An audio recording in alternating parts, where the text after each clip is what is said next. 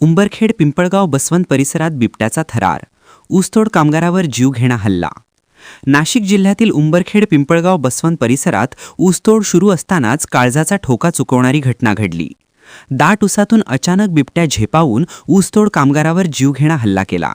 या हल्ल्यात संतोष बद्री चव्हाण, राहणार तळेगाव, कृष्णानगर, तालुका चाळीसगाव, जिल्हा जळगाव हे गंभीर जखमी झाले असून त्यांच्या हातापायांना बिबट्याने लचके तोडल्याने मोठ्या प्रमाणात रक्तस्राव झाला आहे.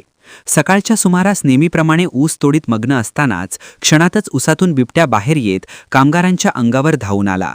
अचानक झालेल्या या हल्ल्याने शेतात एकच गोंधळ उडाला. सहकाऱ्यांनी प्रसंगावधान राखत जखमी संतोष चव्हाण यांना तात्काळ पावले ॲम्ब्युलन्सच्या माध्यमातून पिंपळगाव बसवंत येथील खाजगी रुग्णालयात दाखल केले. त्यांची प्रकृती गंभीर असून डॉक्टरांकडून कसून उपचार सुरू आहेत.